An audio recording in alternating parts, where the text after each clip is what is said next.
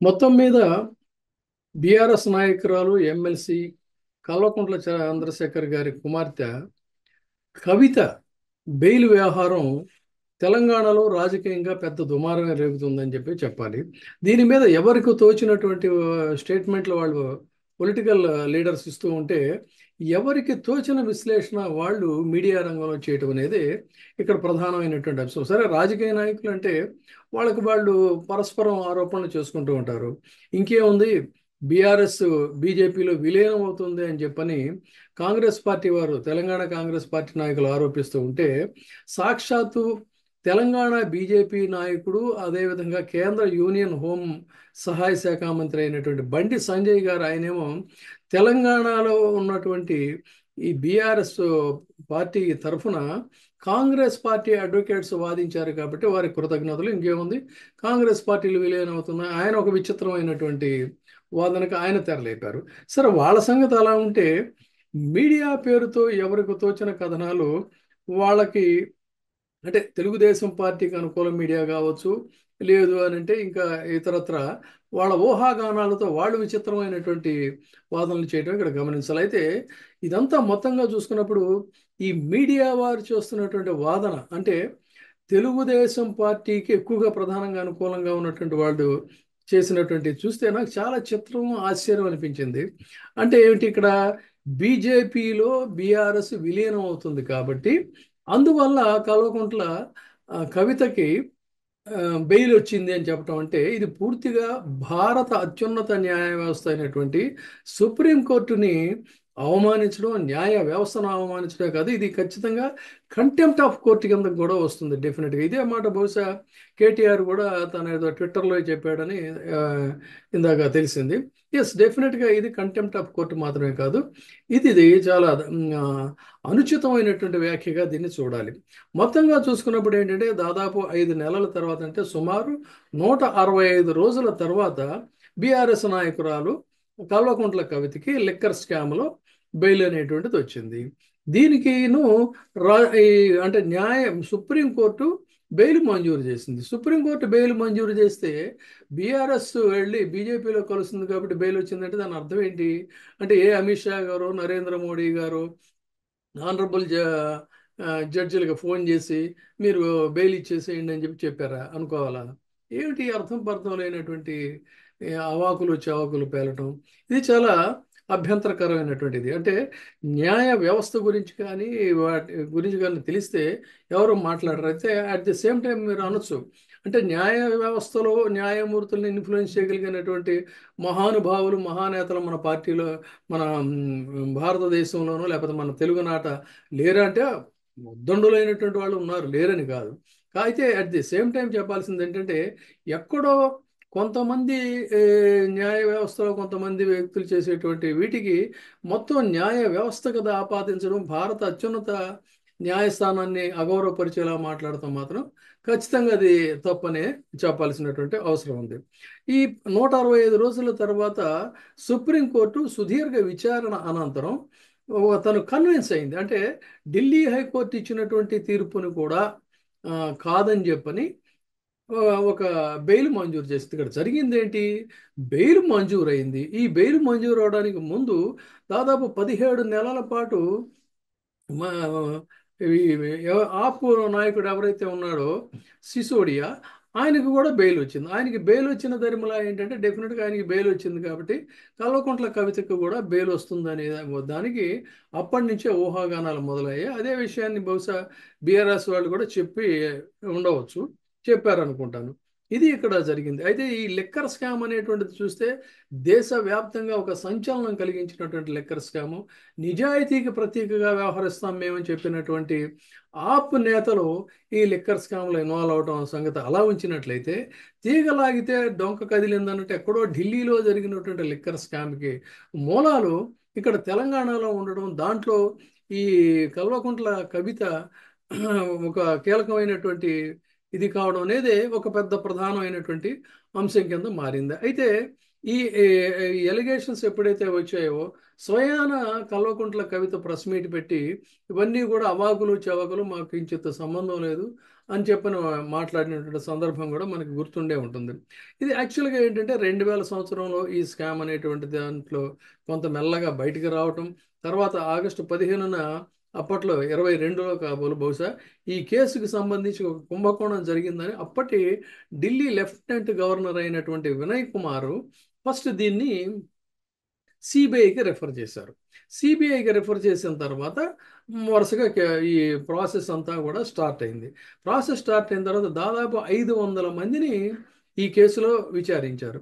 విచారించిన తర్వాత అప్పట్లో ఈవిడ్ని కూడా పిలవడం, తను రానంటాం, తర్వాత వెళ్ళడం, మాట్లాడడం ఇవన్నీ జరిగాయి. కానీ చాలా భరోసాగా తనకేమీ కాదు అని చెప్పని అనుకున్న పరిస్థితి. అయితే తదనంతర కాలంలో 2024 మార్చి 15వ తారీఖు నాడు ఎమ్మెల్సీ కవితని అరెస్ట్ చేశారు.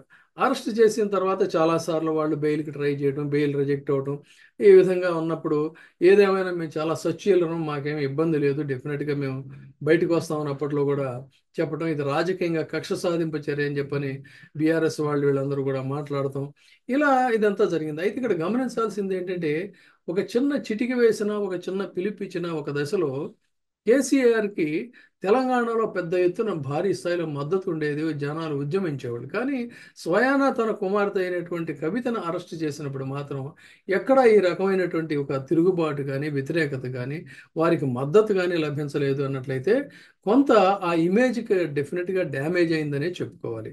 అదే క్రమంలో ఆ పార్టీ అధికారాన్ని కోల్పోవడం, కాంగ్రెస్ పార్టీ అధికారంలోకి రావడం, ఇవన్నీ జరిగిన తర్వాత నుంచి ఒక సెట్ బ్యాక్ అనేటువంటిది బీఆర్ఎస్కి మొదలైనటువంటి మాట అయితే వాస్తవమే, కాదనడానికి వీల్లేదు. అంత మాత్రంలో బీఆర్ఎస్ బలహీన పడిపోయింది కాబట్టి భవిష్యత్ రాజకీయాల కోసం, భవిష్యత్ అవసరాల కోసం బీజేపీతో కలుస్తుంది, అందులో విలీనం అయిపోతుంది అనేటువంటి వాదన మాత్రం చాలా ఊహాజనితమైనటువంటి వాదన, విచిత్రమైనటువంటి వాదనగానే చెప్పాలి.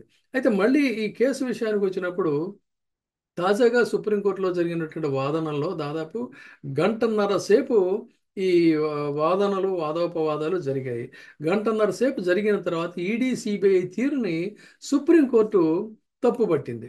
అసలు ఏమిటి ఇది మీరు చేస్తుంది, ఇది ఇది అసలు ఈ ప్రాసెస్ ఏమిటి, ఈ వ్యవహారం ఏమిటి అని చెప్పని, అంటే ఎవరైనా సరే అప్రూవర్స్గా మారితే అప్రూవర్స్ని సాక్షుల కింద మార్చి వాళ్ళు చెప్పినటువంటి ప్రాతిపదికగా మిగతా వాళ్ళని చేసినట్లయితే అంటే మిగతా నిందితులందరూ కూడా వాళ్ళు దోషులుగా ఉంటారా అనేటువంటి తరహాలో సుప్రీంకోర్టు తీవ్ర అసంతృప్తిని, అసహనాన్ని ఈ సిబిఐ మీద, ఈడీ మీద వ్యక్తం చేసినటువంటి పరిస్థితి కూడా ఉంది. అయితే వారు ఏంటంటే ఈ అక్యూజ్డ్ ఎవరైతే ఉన్నారో వాళ్ళు తమకు సహకరించడం లేదు కాబట్టి వీళ్ళకి బెయిల్ ఇచ్చినట్టయితే ఇబ్బంది అవుతుందని చెప్పినప్పటికీ కూడా సుప్రీంకోర్టు ఎటువంటి పరిస్థితుల్లో కూడా కన్విన్స్ అవ్వలేదు, వాళ్ళు చెప్పినటువంటి వాటిని కన్విన్స్ అవ్వలేదు. అంతేకాకుండా సెక్షన్ 4051 కింద మహిళలకు బెయిల్ మంజూరు చేసే నిబంధనను వర్తింప చేయలేమని చెప్పినటువంటి ఢిల్లీ హైకోర్టు చెప్పినటువంటి దీన్ని కూడా సుప్రీంకోర్టు కాదని చెప్పని కవితకి బెయిల్ మంజూరు చేయటం అనేటువంటిది